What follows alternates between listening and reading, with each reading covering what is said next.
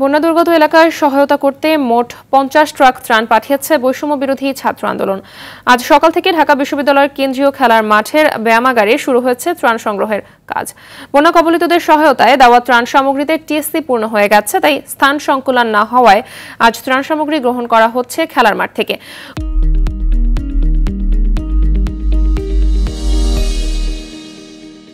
গতকাল থেকেই বন্যার্তদের সহায়তা দিতে আসা মানুষের ঢল নামে ঢাকা বিশ্ববিদ্যালয়ে।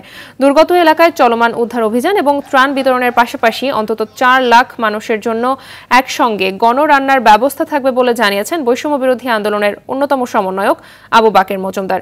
শনিবার নগদ 1,86,48,000 এবং মোবাইল ব্যাংকিং এর মাধ্যমে 49,85,000 টাকা সংগ্রহ করা হয়েছে। আজকে এখনো পর্যন্ত যতটুকু গোনা হয়েছে সেই ক্যাশ টাকাটা হচ্ছে 1,86,48,000 টাকা। আর গতকাল এবং আজকে মিলিয়ে অনলাইন ব্যাংকিং এসেছে 49,50,000 টাকা। যেসব স্পট আসলে রান্না করার স্বাভাবিক পরিস্থিতি আছে সেই সব স্পট আমরা রান্না করার চেষ্টা করব অন্তত 4 লাখ মানুষের যাতে খাবার রান্না করতে পারি। সেজন্য আমরা জেলা প্রশাসক সহ সকল ইউনুদের সাথে আমরা মিটিং করছি এবং সেই পরিকল্পনা সাজাচ্ছি।